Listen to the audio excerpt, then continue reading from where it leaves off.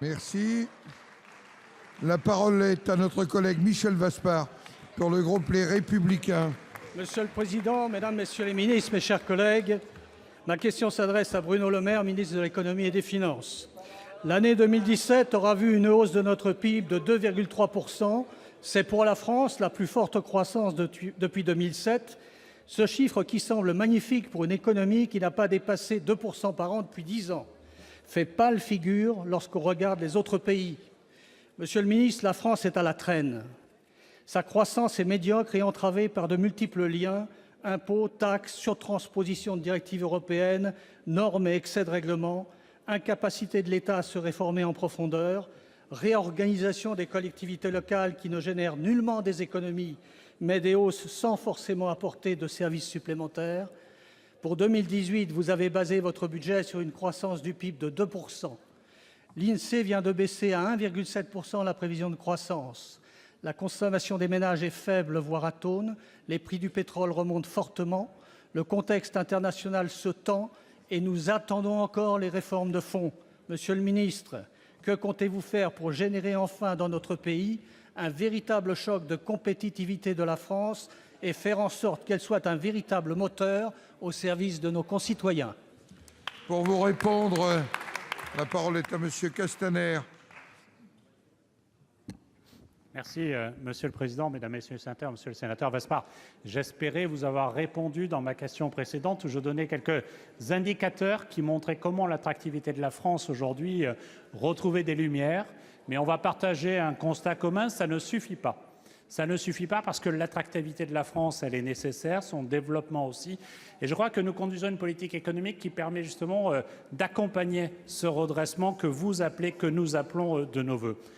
Je voudrais vous dire combien Bruno Le Maire, qui au moment même présent actuellement à Bruxelles pour préparer dans le cadre de l'Eurogroupe le Conseil européen du 28, porte cette politique que je marquerai à travers 4 mots. L'ambition, l'équité, la stabilité, la persévérance et les résultats. Les résultats, je vous ai donné quelques éléments déjà. L'ambition, c'est parce que nous savons qu'il faut effectivement des réformes en profondeur de notre pays que nous les portons et que nous cherchons systématiquement à débloquer les vrais verrous, en cessant de se poser les questions de savoir si c'est de droite, si c'est de gauche, si ça a marché à une époque ou si aujourd'hui ça ne marche plus, tout simplement par le constat. Et à partir du constat, nous portons ces politiques-là. Nous l'avons fait sur le droit du travail, nous le poursuivons aujourd'hui et vous allez y travailler dans peu de temps sur la réforme de l'apprentissage et de la formation professionnelle parce qu'on sait que ce sont des clés. Nous devons libérer le travail, libérer l'embauche, c'est nécessaire à la fois pour les employés mais aussi pour les entreprises.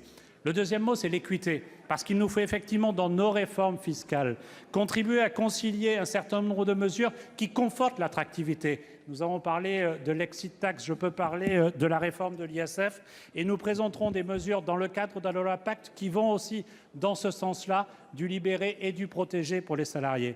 Mais nous devons surtout agir dans la stabilité, dans la persévérance, parce que notre politique économique ne portera ses fruits que si elle va jusqu'au bout, notamment sur la libération de notre potentiel de croissance. Et vous inquiétez, monsieur le sénateur, du chiffre de 1,7.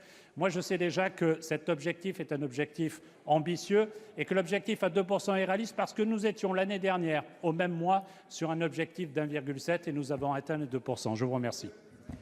Monsieur Vaspart. Oui, je n'ai pas eu complètement ma réponse, Monsieur le Président, mais je crois qu'il est absolument nécessaire de libérer, véritablement libérer, simplifier. Les entreprises attendent ça et depuis maintenant très longtemps. Donc je crois qu'il est absolument nécessaire de changer de braquet.